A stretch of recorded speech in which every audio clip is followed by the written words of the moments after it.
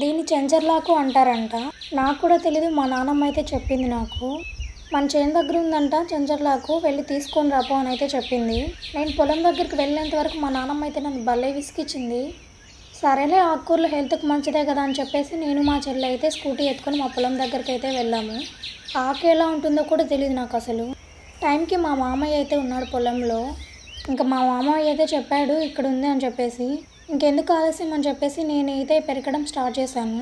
ఆకు మనం వేసినదైతే కాదు, దానంతటా అదే మొలకెత్తిందంట. గడ్డితో పాటు మొలకెత్తిందంట ఆకు కూడా. ఆకైతే గుంపులు గుంపులుగా భలే ఉంది అసలు చూడ్డానికి. ఇంకా అలా పెరికేసి దాన్ని కట్టుకొని నేను మా చెల్లి అయితే ఇంటి దగ్గరికి అయితే తీసుకువచ్చేసాము. ఇంకా మేమైతే దానికున్న చిన్న చిన్న పూతవైతే పెరికేసి కాడలతో సహా ఒలిచేసాము. తర్వాత ఆకునైతే ఉడకపెట్టేసుకున్నాము. తర్వాత పొడి వేసుకొని వేయించుకున్నాము. ఎవరి పొలాల్లో అయినా ఉంటుంది ఈ ఆకు, డబ్బులు పెట్టుకునేది కాదు కాబట్టి మిస్ చేయకుండా ఈ ఆకుని తెచ్చుకొని తాలింపు అయితే చేసుకోండి. ఎందుకంటే ఆకులు హెల్త్కి మంచిది కదా. ఆ సైడ్ అయితే దీన్ని చెంచర్లాకు అంటారు. మీ సైడ్ ఏమంటారో కామెంట్ బాక్స్లో కామెంట్ చేయండి. వెంటనే మీ ఫ్రెండ్స్ అండ్ ఫ్యామిలీకి షేర్ చేయండి. Thank you.